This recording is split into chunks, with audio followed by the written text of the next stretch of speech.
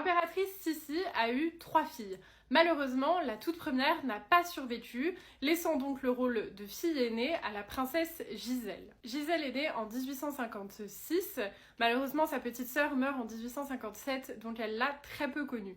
En revanche, elle a un frère de 2 ans, son cadet, qui est l'héritier de l'Empire, et elle va être très proche de lui, à savoir que les enfants de l'impératrice et de François-Joseph n'ont pas été élevés par leurs parents, mais bien par leur grand-mère, l'archiduchesse Sophie, qui jugeait Élisabeth, donc Sissi, trop jeune et inapte à élever ses enfants. L'histoire a retenu que Gisèle ressemblait beaucoup plus à son père qu'à sa mère, qu'elle avait les pieds sur terre, qu'elle était plutôt réservée et qu'elle connaissait son destin, qu'elle connaissait ses devoirs, là où sa mère était un personnage beaucoup plus haut en couleur. Gisèle n'a que 16 ans en 1873 quand son mariage avec Léopold de Bavière, son cousin, est organisé. Il y a un double enjeu dans ce mariage. D'abord, la caser avec un parti d'une bonne famille catholique. Alors ce n'est pas un très bon parti politiquement. D'ailleurs, l'archiduchesse Sophie va dire que ce mariage ne valait rien. Mais Léopold de Bavière, il était fiancé, ou en tout cas il était amoureux d'une princesse qui s'appelle Amélie de Saxe,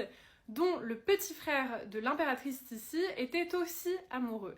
Alors il semblerait que ce mariage entre Gisèle et Léopold ait été organisé pour que le frère de Sissi puisse épouser Amélie. Le couple va avoir 4 enfants et ils traverseront ensemble les années extrêmement dures qui ont touché la famille Wittelsbach entre 1880 et 1900. Et ensuite, ils vont vivre ensemble la Première Guerre mondiale, à savoir que Gisèle s'était beaucoup investie dans la charité et elle a installé un hôpital militaire dans son palais pendant la Première Guerre mondiale.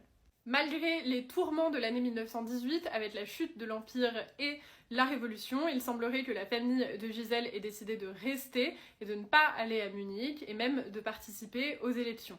Son mari va mourir en 1930 et elle le suit en 1932 à l'âge de 76 ans.